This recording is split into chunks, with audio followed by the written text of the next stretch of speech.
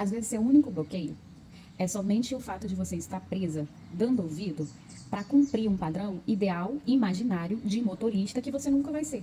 Nem eu sou, nem o seu marido é, nem seu vizinho é, ninguém vai ser. Olha esse exemplo.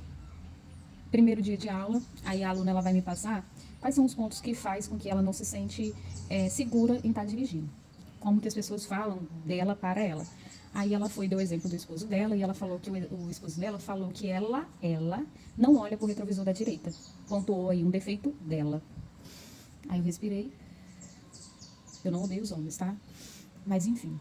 E ela tem esse defeito, então, de não olhar pro retrovisor da direita. E que isso seria essa prova. Gente, olha só. A maioria dos motoristas não tem o hábito de olhar para o retrovisor da direita. E esse é um dos motivos que a ultrapassagem ela é realizada pela esquerda. A ultrapassagem pela direita é uma exceção. Por que, que ela é uma exceção?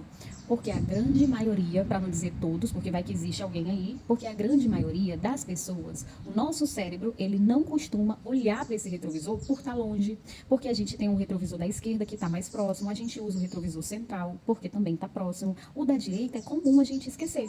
Só que a forma que ele apresentou para ela, ele colocou como um defeito exclusivo dela, e ele colocou como um ponto de avaliação. Olha, isso é um defeito seu, isso mostra que você não é boa motorista.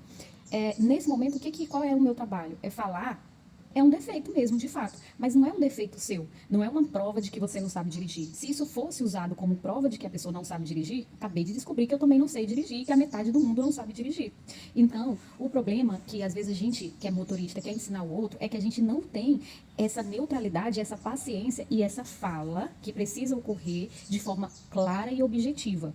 A gente começa a criar um padrão imaginário que não é possível ser realizado e a gente quer que essa pessoa cumpra esse padrão. Só que a gente não faz isso.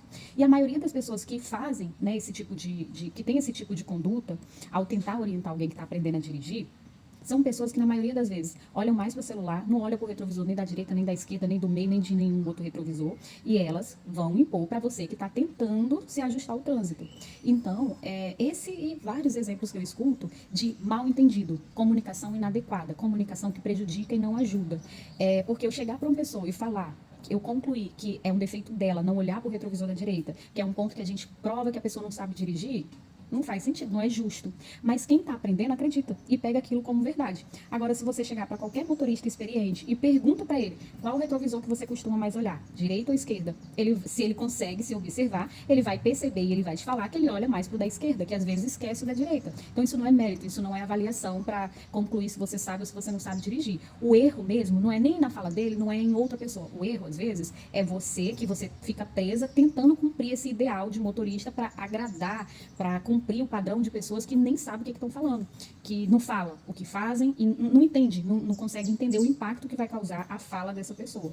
Então, cuidado que às vezes não é trauma, às vezes não é bloqueio, às vezes não é falta de técnica, às vezes é só você tentando se encaixar nesse padrão imaginário do motorista que está aí do teu lado, tentando fazer você dirigir dessa forma ideal para ele.